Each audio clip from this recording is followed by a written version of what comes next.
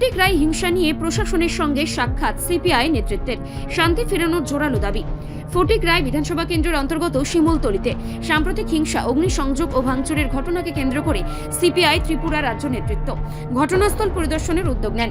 এই প্রতিনিধি দলে উপস্থিত ছিলেন সিপিআই ত্রিপুরা রাজ্য সম্পাদক মিলন বৈদ্য, রাজ্য সম্পাদক মণ্ডলীর অন্যতম সদস্য রাসবিহারী ঘোষ, সদস্য নীলমণি দেব, মহিলা নেত্রী হাসনা বেগম, রাজ্য কমিটির সদস্য ও জেলা সম্পাদক শাহেদ আলী বাদশাহ, রাজ্য কমিটির সদস্য এস.এম. আলী বাবু, মহকুমা কমিটির সদস্য সোনাই মিয়া ও আব্দুল সালাম সহ অন্যান্য নেতৃত্ব। পরিদর্শনের উদ্দেশ্যে কুমারঘাট থানায় গিয়ে প্রতিনিধি দল ও এসডিপিও উৎপলেন্দু দেবনাথের সঙ্গে সাক্ষাৎকার করেন।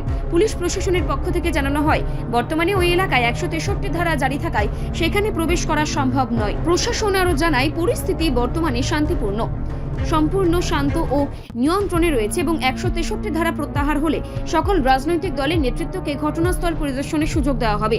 এই সময় সিপিআই নেতৃত্ব জানান, ঘটনার পর থেকে এলাকার সংখ্যালঘু জনগোষ্ঠীর মানুষ চরম আতঙ্কের মধ্যে রয়েছেন। স্বাভাবিকভাবে বাজারঘাট ও দৈনন্দিন কাজকর্ম করতে পারছেন না বহু পরিবার। এই পরিস্থিতিতে প্রশাসনের পক্ষ থেকে যেন তাদের খাদ্য ও নিত্য প্রয়োজনীয় সামগ্রীর কোনো ঘাটতি না হয় সেই বিষয়ে দ্রুত ব্যবস্থা নেওয়ার দাবি জানান। নেতৃত্বরা এই বিষয়ে আরও কি দাবি করলেন শুনে নেব। যা বলেছে আমাদের, কালকে রাত্রে কে বা কারা মসজিদের মধ্যে একটা কিছুকে রেখে গেছে বা কোনো একটা কিছু মাংস বা গরুর মাংস রেখেছে, এমন একটা ছড়িয়েছে, গুজব ছড়িয়েছে।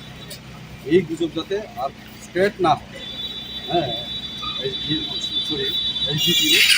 আমাদেরকে আশ্বাস দিয়েছে যে কীভাবে প্রতিহত করা যায়, হ্যাঁ, যাতে গুজব আর না ছড়ায় আমি চেষ্টা করবে বলেছি। আমাদের কাছে উঠে এসেছে কি করানো হয়েছে না, আমাদের কাছে এইটার কথাটা এরকম ছিল না।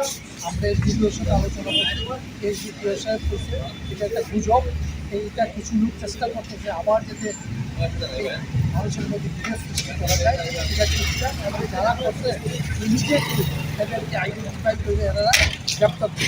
এখন আমরা সিপিআই দলের রাজ্য কমিটির পক্ষ থেকে আমাদের secretary comrade Milan Baidya, secretariat member রাজ্যের Rashbehari Ghosh, secretariat member comrade Nilmoni Deb এবং কৈলাস শহরের সেক্রেটারি পার্টি